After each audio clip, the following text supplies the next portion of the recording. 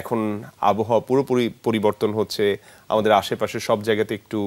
কাশির শব্দ বেশি পাচ্ছি, একটু ঠান্ডার কথা শুনতে পাচ্ছি। আমরা ঋতু পরিবর্তনের এই খবরটা আপনাদেরকে জানাতে চাই। এই সময়টায় কিন্তু অনেকেই নানান অসুখে ভুগছেন, বিশেষত তরুণরা ভুগছেন। নাক বন্ধ হওয়া, নাক দিয়ে পানি পড়া, এই জাতীয় সমস্যায়, এসব সমস্যায় সবাই কম বেশি ভুগেন। শুনে নেব মানে এবার একজন বিশেষজ্ঞের কাছ থেকে শুনে নেব এই মুহূর্তে আসলে কি করা প্রয়োজন। ইদানিং আমরা লক্ষ্য করছি যে তরুণ সমাজ বিভিন্ন নাকের বিভিন্ন সমস্যা নিয়ে আমাদের কাছে আসছেন এবং এদের ভিতরে একটি বিরাট অংশ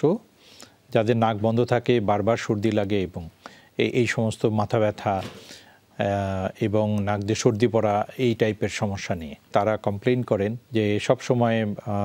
তাদের মাথা ব্যথায় ভোগে, নাকে বন্ধ, সর্দি কাশি এগুলোর যদি যখন আমরা ইতিহাস নিতে যাই তখন দেখা যায় যে নাকের ভিতরে তেমন সমস্যা যদি নাও পাওয়া যায় তাহলে দেখা যায় যে তাদের লাইফস্টাইলের একটি সমস্যা আমাদের একটি কমনভাবে আমরা সাধারণত অবজার্ভ করছি যে তারা বদ্ধ রুমে থাকেন, তাদের খোলামেলা জানালা তারা খোলেন না এবং তারা প্রেফার করেন শীতাতপ নিয়ন্ত্রিত রুমের ভিতরে থাকতে এবং তাদের ফিজিক্যাল অ্যাক্টিভিটিস কম এবং তারা পানি পান করেন কম এবং অনেকেই এদের ভিতরে অভ্যাস আছে যে তরুণ বয়সে ধূমপানে আসক্ত হয়ে যাওয়ার। এই সমস্ত কারণে দেখা যায় যে তাদের তেমন কোনো ইনফেকশনের সোর্স না থাকলেও এবং তারা যেহেতু বদ্ধ রুমে থাকেন, তাদের ফিজিক্যাল অ্যাক্টিভিটি এবং ফিজিক্যাল ফিটনেস কম থাকে, সেই কারণে তারা এই রোগে আক্রান্ত, এই সমস্ত উপসর্গে বেশি আক্রান্ত হন। তাদের প্রতি আমার উপদেশ হবে যে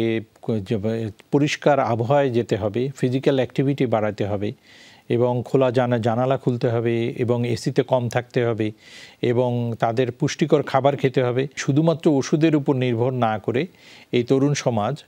যদি তাদের দৈনন্দিন যে জীবনযাত্রা এবং জীবন লাইফস্টাইল এটাকে যদি একটু চেঞ্জ করেন এবং ফিজিক্যাল অ্যাক্টিভিটি বাড়ান তাহলে আমার মনে হয় যে সামান্য কোনো ওষুধে অথবা বিনা ওষুধেই তারা খুব সুস্থ এবং সুন্দর জীবন যাপন করতে পারেন।